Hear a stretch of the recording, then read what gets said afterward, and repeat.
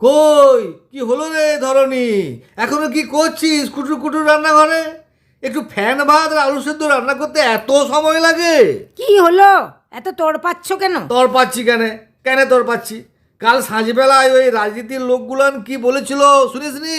কি বলে গেল? ও মা, এত যেন ওই ম্যাগ থেকে মাটিতে টুকুস করে পড়লো। কি বলছো? কিছুই মাথায় ঢুকছে না। ও, এই তোকে এবার বোঝানোর লেগে আমাকে মাস্টার হয়ে লাঠি ধরতে হবে লয়? হ্যাঁ, আমি যাই, উনুনের হাড়ির ফ্যানটা শুকিয়ে গিয়ে ভাতটা ধইরে যাবে। যাক ধৈরে, আগে আমার কথা খান শোন। বেশ, যা বলবে তাড়াতাড়ি বলো। ওই রাজনীতির লোকগুলান কাল বইলা গেছে আজ আমাদের হক্কলকে কলকাতা যেতে হবে। কলকাতা? কলকাতা। কেনে কেনে কলকাতা যাব কেনে? আরে ময়দান ভরাতে হবে। এ আবার কি বলছো গো? আরে এই মুখপুরি তো কিছুই বোঝে না। আরে লোকে লোকে ময়দান ভরাতে হবে, তবে ওই রাজনীতির লোকগুলার মান বাঁচবে, ইজ্জত বাঁচবে। সে কি মান ইজ্জত কি যে বলো? যত লোক মরবে তত মান বাঁচবে। রাস্তাঘাট সব বন্ধ হবে, কাতারে কাতারে দুনিয়ার মজদুর এক হবে, এক হবে। কি বলছো তুমি? মাথা মুন্ডু কিছুই বুঝতে পারছি না। মাথায় তোর গোবর ভরা আছে ধরনি, মাথায় গোবর ভরা। আবার উফ করছিস? এ দেখিস নাই, শুনিস নাই? ওই রাজনীতির লোকগুলান মিছিলে মিটিংয়ে বলে দুনিয়ার মজদুর এক হও। সে কি দুনিয়ার মজদুর এক হয়? কেন দেখিস নাই? এই রাজনীতির লোকগুলান আমাদের ঘরে ঘরে এসে কত উপকার করে।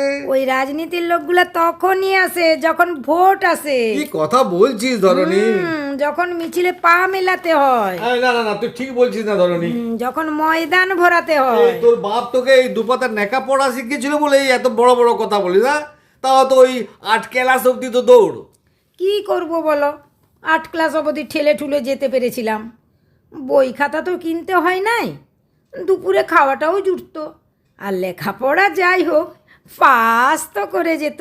থাক থাক থাক থাক, অনেক হয়েছে তোর বিদ্যের বাহাদুরি। হ্যাঁ, এই তোর ভাই তো কি বলে ওই যে বিএ এমএ পাস করে কি করছে, আর এই আমাদের ওই নেবলা ছেলেটা এই কলেজ টলেজ সব পাস করে এসে বিড়ি টানছে, হ্যাঁ, আর বেকার ভাতার লাইনে দাঁড়াচ্ছে।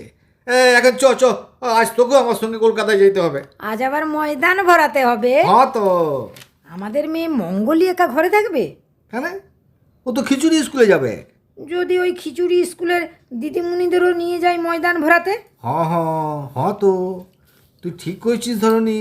ওরা বইলেছে ওই মাস্টার দিদিমণি অফিস বাবুরাও ময়দান ভরাবে। ওই বাবুরা একদিন যদি আপিস না যায় না, ওদের কিচ্ছু আসে যায় না, কিন্তু আমাদের পেটে টান পড়ে সে কথাটা তো তোমার অজানা নয়। সেবার কি হয়েছিল হরতালের সময়? মেয়েটা তখন তো আমার পেটে ছিল, আমি কাজে যেতে পারতাম না, তোমার একার খাটনিতে সংসার চলতো, তার মধ্যে আমাকে হাসপাতালে নিয়ে যাওয়া নিয়ে আসার খরচা। একদিন ডাক্তারের কথা শুনে শখ করে আহ্লাদ মেটাতে একটা হরলিক্স কিনে আনলে তুমি আমার জন্য, তাও বাবুর কাছে ধার নিয়ে, পরে কাজ করে শোধ দিয়ে দিবে বলে। মনে পড়ে তোমার? তুমি লুকিয়ে বাবুর জমিতে নিড়েন দিতে গিয়েছিলে ওই ধারটুকু শোধ করবে বলে। হরতালের হুমকি দিয়ে ওরা সেদিন তোমাকে কাজ থেকে উঠিয়ে নিয়ে যায়নি? এই ছাড় ছাড় ছাড়, ওসব পুরোনো কাসন্তি ছাড় তো। ওই রাজনীতির লোকগুলো আছে বলেই তো কম দামে চাল গম পাই, রাজনীতির লোকগুলো আছে বলেই তো আমরা 100 দিনের কাজ পাই, ওই রাজনীতির লোকগুলো আছে বলেই তো আমাদের মজুরি বাড়ে, বছরে বছরে বিনা চিকিৎসায় মরতে হয় না, সরকারি হাসপাতালে আমাদের চিকিৎসা হয়, ওদের জন্যই তো। তুমি কিছুই জানো না, ওগুলো পাওয়া আমাদের হক। হক? হক নয় তো আবার কি? যে রাজনীতির লোকই আসুক আমাদের কাজ দিতেই হবে, আমাদের ন্যায্য মজুরি দিতেই হবে, আমাদের ছেলেদের স্কুলে ভর্তি করাতে হবে, আমাদের চিকিৎসা করাতেই হবে। তুই তো অনেক লম্বা চওড়া কথা বলছিস দেখছি আজকালটোতে। এসব কথা তোদের ওই মেয়েদের গোষ্ঠীতে বলিস বুঝলি, হাটে মাঠে বলিস না।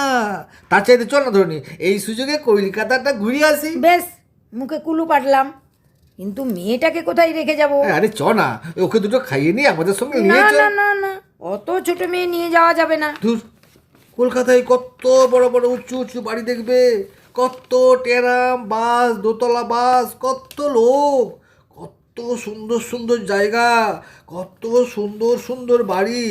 জানিস এই অত সুন্দর সুন্দর বাড়িতে কারা থাকে?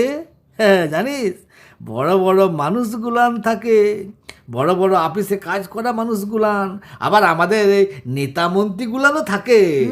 খুব খুব জানি তোমাদের ওই নেতা মন্ত্রীগুলান আর আপিসের বাবুরা ওই সুন্দর সুন্দর বাড়িতে থাকে, বড় বড় আরামের গাড়ি চড়ে, মাঝে মাঝে আমাদের সাথে দেখা করে, তাই না? হ্যাঁ হ্যাঁ তো হ্যাঁ তো হ্যাঁ। তুই কি ঠিক করেছিস, ঠিক করেছিস। ওদের কেউ কেউ সিনেমা করে, সিরিয়াল করে, হ্যাঁ। আর মাঝে মাঝে আমাদের গায়ে আসে।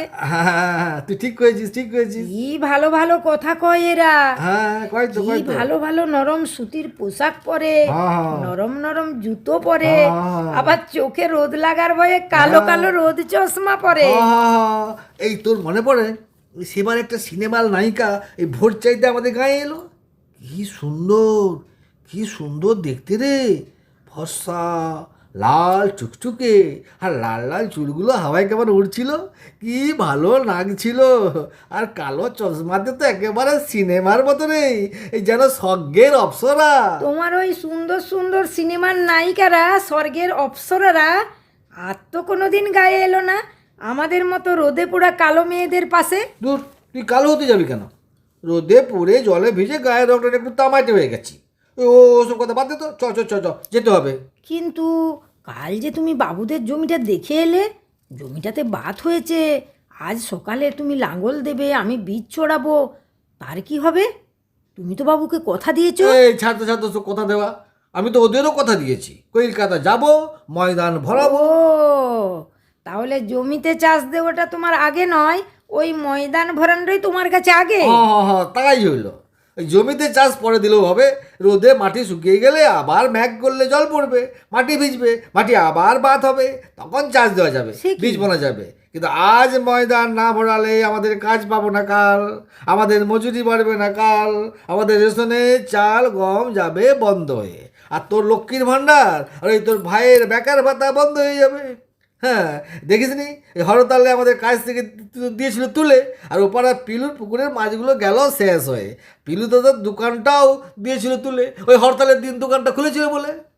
আমাদের মতো সাধারণ মানুষদের জীবন এভাবেই চলে। হ্যাঁ হ্যাঁ চলে, এইভাবেই তো চলে। এ বড় মজার দুনিয়া রে, কোন রাজা এলো কোন রাজা গেল, আমাদের মুখে হয় বলা আমরা সবাই রাজা, আমাদের মুখে হয় বলা দুনিয়ার মজদুর এক হও, আমাদের মুখে হয় বলা শ্রমিক কিষান জওয়ান, চলো ভরাও ময়দান, দিকে দিকে তোলো স্লোগান, গাইতি শাবল কোদাল হাতুড়ি ফেলে, চলো ভরাও ময়দান, চলো ভরাও ময়দান, চলো ভরাও ময়দান।